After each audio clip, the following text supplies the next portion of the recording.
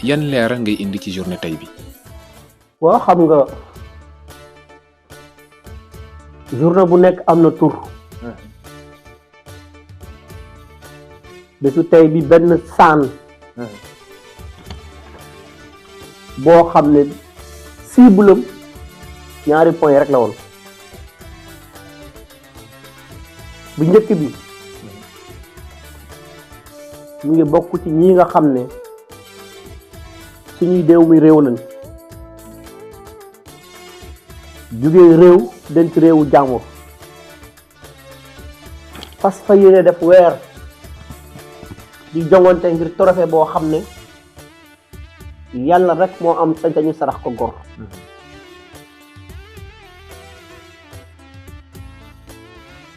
yàlla jooju nag moom lañ sañ a ñaan ñu jàpp ne wax dëgg yàlla ku nekk ak sa participation ci sa réew bu ñuy jàppee ne maanaam may nit ñi paas ñu dem supporter ji Lions yi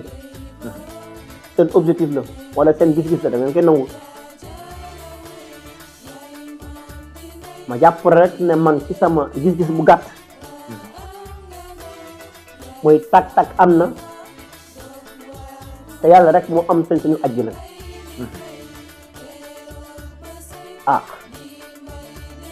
ma jàpp ne rek war naa rëppeel samay bëti oom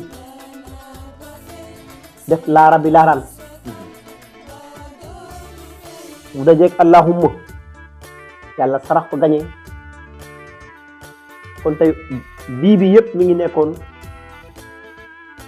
suñu équipe bii nga xam ne ña nga ca Maroc laa doon yéene sàkkal leen sarax sama coobare bopp ngir li gën ci ñoom na leen ko yàlla sarax bu ndam gënee yàlla na ko yàlla tuur ci réewu suñu gaal te yàlla na gën sax la ñu ñaan nag ñaan ci yàlla suñu borom ña fa dem ñëpp kenn bu mu am gàllankoor kenn bu mu am ndog